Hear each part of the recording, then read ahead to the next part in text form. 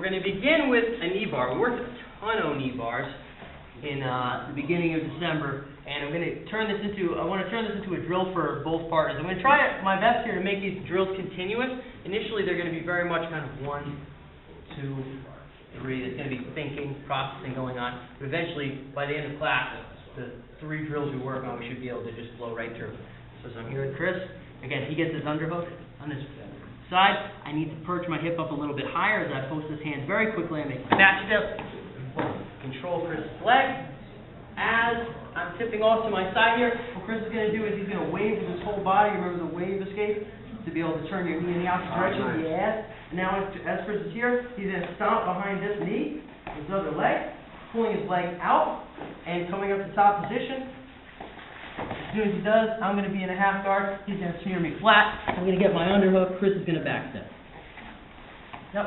And now he's going to work his knee bar. Get your hip perched right up on me. Yeah, here. Yep. As he rocks back, he's going to go for his knee bar. As he does, I rotate. I stomp off the back of his foot. If I can help it here, I'm going to maintain control, preferably of his bottom leg. So as I stomp, I still have this, because otherwise we both stand. Try. Back, boom, flatten it out in half. I end up on top. You do short, back step. So you can work it slow initially, but I want to make sure all the positions in between are snug. When I have back step, Chris's leg should be between mine. I should be sitting on him, not on the side of him, but directly on him.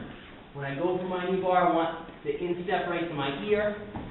As Chris makes his wave, he's going to turn his knee, opposite direction. He's going to kick off the back of this knee, and again, maintain control of my bottom knee.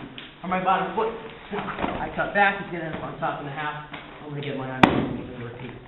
Work it nice and slow at first. We're going to pick up the pace a little bit towards the end, work in some other variations, all right? So If John is down, if John is the bottom person in this drill, when I end up on top as the top grappler, I would rather not have anybody settle here, just as in terms of getting used to this sort of position. I want to get used to a good half guard, so I want to have an underhook on the far side, flatten John out, boom, he's going to get his underhook now. Yep. He's going to get all the way to a 90. If he's still flat on his back, it's very hard to make this back step properly. So he's getting all the way up to a 90, at which point, for just a moment, this hand posts on the mat, that back step, controlling underneath the knee. Now, look, my hips are perched on John, my weight is literally through him, and my hips are faced straight this way. So his knee is going directly into my chest. It's not coming over my hips to this side, it's coming straight in. At which point I control that foot of his, extend, boom. As I come out, Johnny works the wave away. Yep. Now, I detail on the wave away too, actually, John, if you get me in the knee bar real quick here, let's say you got this leg. Alright. Yeah, so he's got this. As I make this wave, so here, I turn with my body. The important detail is that essentially my knee rotates when my body is a perfectly straight line. It's very hard for my knee to rotate when my body is bent at this L, because I would have to do it like this. I have to do it like that. Instead of me moving kind of by bumping my hip under, I want to rotate my entire body and use momentum to watch. Like this. So I almost make that pike in diving. Here. Now, I control the bottom foot. My top foot stomps behind the knee. Once my knee is free from this space, I'm generally not really threatened by any leg lock. I extract this bottom leg, and I take the top. Johnny's immediately going to look to return to his guard, so as I take top, flatten him right out, boom. Like under, gets to the 90, that's when I backstep. So as a detail, I gotta allow him to get to that 90, but I want to flatten him out first. And the detail on the pike is, as I'm stomping off of that top knee, I need to control the bottom foot to make sure that I win the scramble. Otherwise, we're both going to stand up. So a little detail to sharpen things up, otherwise we'll keep the groups the same. Go one technique at a time, and then we're going to turn this into a drill that we work back and forth as continuous as we did our past technique.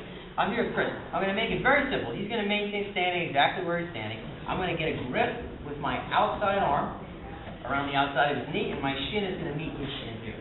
So I slide in. So I'm out, whenever I'm playing in my range, I slide in. Shin to shin, hand to knee. Now, I'm going to bring this arm over to the same side knee. At the same time, I'm going to kick this leg of mine through in order to get to a good leg lock position.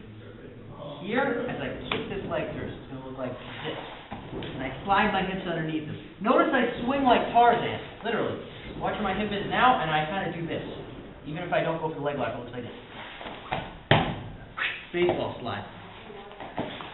Hey, you guys ever been to the water parks? You grab the bar, bring yourself under, it's a lot like that. So here, 1, 2. As soon as this hand makes contact, I kick this one straight. My hips shoot under, this heel gets in at Chris's hip. Now, if this is jiu-jitsu, obviously this is great because look, I got a heel hook. But even if we're thinking about mixed martial arts, or if I ever have to leg lock anybody in self-defense, of course I would not want to be on my back in any kind of self-defense situation, but if I was here in a leg lock, I'm still pretty grave danger of a lot of strikes and a lot of dangerous things. If I'm off to this kind of an angle, number one, not only do I have his balance in my own control, but at the same time, it's going to be very hard for him to hurt me from here. I can have leg lock attacks, I can kick him away and start sweeping him, knocking him over, all kinds of interesting transitions. But right now, we're just going to get into the leg lock position itself, and then we're going to work from there. 1, 2, I kick through, stomping that foot on. So as soon as my second hand makes contact, look, shin to shin, hand to the back of the knee. Second hand makes contact, I kick, and I Tarzan swing. Right off to my side. Notice how high my knees are, trapping this knee of Chris's. Not low, trapping his shin. I'm high, trapping his thigh, with my heel right in that hip groove. Nice and snug? Yep. They're ready to be.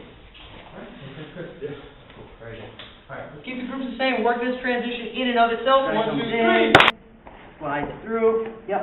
He's got this foot underneath. He's got this foot right at the hip joint. Yeah, he's pitched at the thigh, not my shin. Very snug position. I am not, per se, enjoying this spot. What I'm going to look to do from here is I'm going to post on this foot of his. So I'm going to lean my weight. I can use both hands if I want. And I'm going to cut my knee so that it goes over his thigh. So I'm going to rotate the way he's rotating me. Simultaneously, I'm pushing this down so he can't track behind this knee. I don't want this to stay here. I want this leg to be free. So he's got the leg lock. I push him down on the foot. I back step and I cut my knee all the way through to the point where my knee is now past his knee. I'm still lifting up on this bottom leg of his. I get a grip on his foot.